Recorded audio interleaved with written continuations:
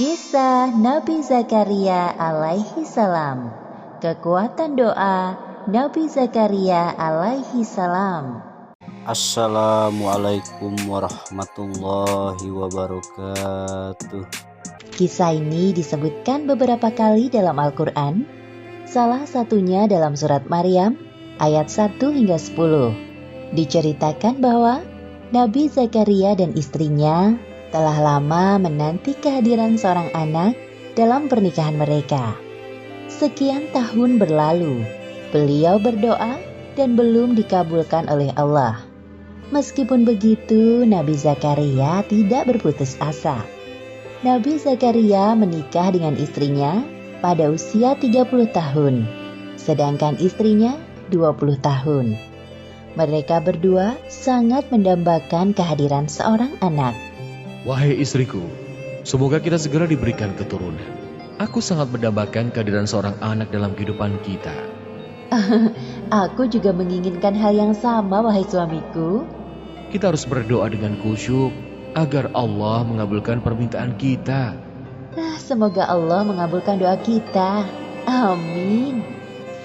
Setiap hari, Nabi Zakaria dan istrinya selalu memohon kepada Allah agar diberikan keturunan.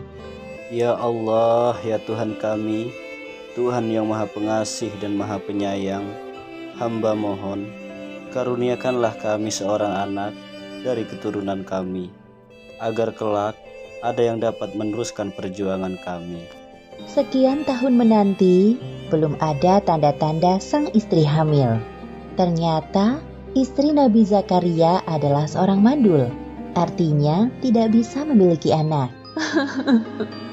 Aku tidak bisa memiliki seorang anak, wahai suamiku.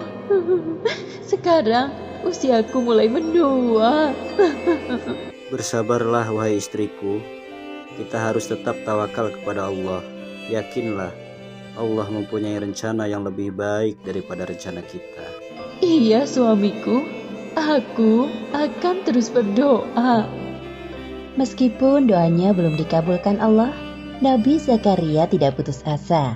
Beliau terus berdoa dan selalu berprasangka baik kepada Allah.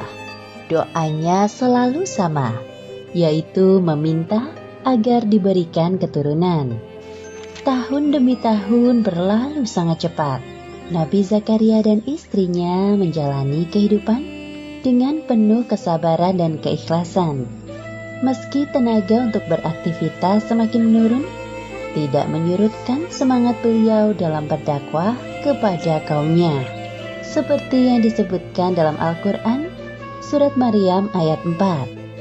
Ia berkata, Ya Tuhanku, sesungguhnya tulangku telah lemah dan kepalaku telah ditumbuhi uban, dan aku belum pernah kecewa dalam berdoa kepada Engkau, ya Tuhanku. Nabi Zakaria menguasai banyak bidang keilmuan.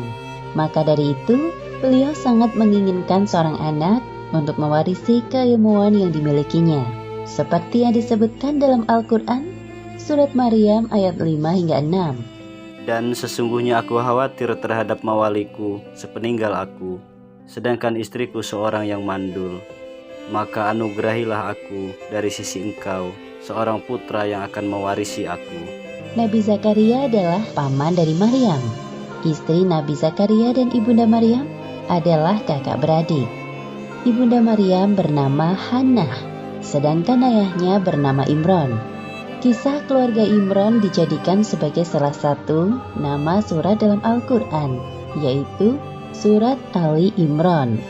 Pada saat Maryam masih dalam kandungan, Imron dan Hannah telah bernazar kepada Allah untuk menyerahkan anaknya kelak menjadi orang yang taat kepadanya. Namun, sang ayah yaitu Imron meninggal saat Maryam masih berada dalam kandungan ibunya. Setelah Maryam lahir dan dapat mulai berpikir, Hannah menyerahkan Maryam kecil dalam pengasuhan Nabi Zakaria. Pada suatu hari, Nabi Zakaria menemui Maryam remaja sedang duduk di mihrabnya. Beliau memperhatikan ada banyak makanan di dekat Maryam. Karena penasaran, Nabi Zakaria bertanya kepada Maryam, Wahai Maryam, dari mana engkau memperoleh makanan ini? Makanan itu dari sisi Allah. Sesungguhnya Allah memberi rezeki kepada siapa saja yang dikehendakinya tanpa hisab. Nabi Zakaria terkejut mendengar jawaban dari Maryam. Dari peristiwa itu timbul semangat besar dalam diri Nabi Zakaria. Sesampainya di rumah, dalam mihrabnya, beliau beribadah sambil menangis dan berdoa dengan suara merendah.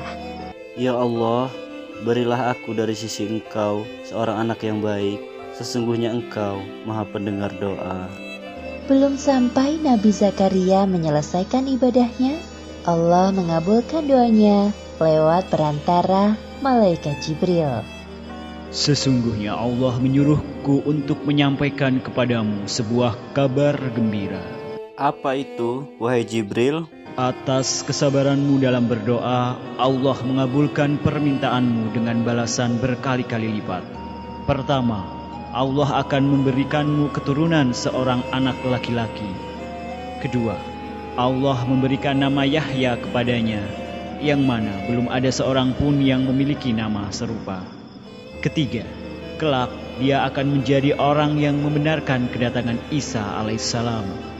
Keempat, dia seorang panutan. Kelima, dia tumbuh menjadi orang yang pandai menjaga diri dari zina. Keenam, Yahya dewasa akan menjadi seorang nabi sama sepertimu. Ya Allah, bagaimana mungkin aku bisa mendapatkan seorang anak, sedangkan aku sudah tua dan istriku seorang yang mandul. Demikianlah Allah berbuat apa yang Dia kehendakinya. Kalau begitu, beri aku sebuah tanda bahwa istriku telah mengandung. Allah berfirman, tandanya bagimu, kamu tidak dapat berkata-kata dengan manusia selama 3 hari kecuali dengan isyarat. Dan sebutlah nama Tuhanmu sebanyak-banyaknya, serta bertasbihlah di waktu petang dan pagi hari. Alhamdulillah wa syukurillah. Segala puji bagi Allah atas karunia yang Engkau berikan kepadaku, ya Allah. Kemudian beliau segera mengabarkan kepada istrinya. Wahai istriku, kita akan punya anak. Hah? Benarkah itu, wahai suamiku? Aku akan mengandung seorang anak. Iya benar, seorang anak laki-laki bernama Yahya. Allah telah mengabulkan doa kita selama berpuluh-puluh tahun. Alhamdulillahirabbil alamin. Terima kasih ya Allah. Seperti yang disebutkan dalam Al-Quran, Surat Al-Anbiya ayat 90.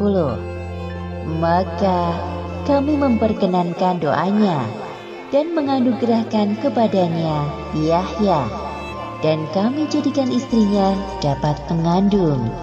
Sesungguhnya mereka adalah orang-orang yang selalu bersegera dalam mengerjakan perbuatan-perbuatan baik, dan mereka berdoa kepada kami dengan harap dan cemas, dan mereka adalah orang-orang yang khusyuk kepada kami.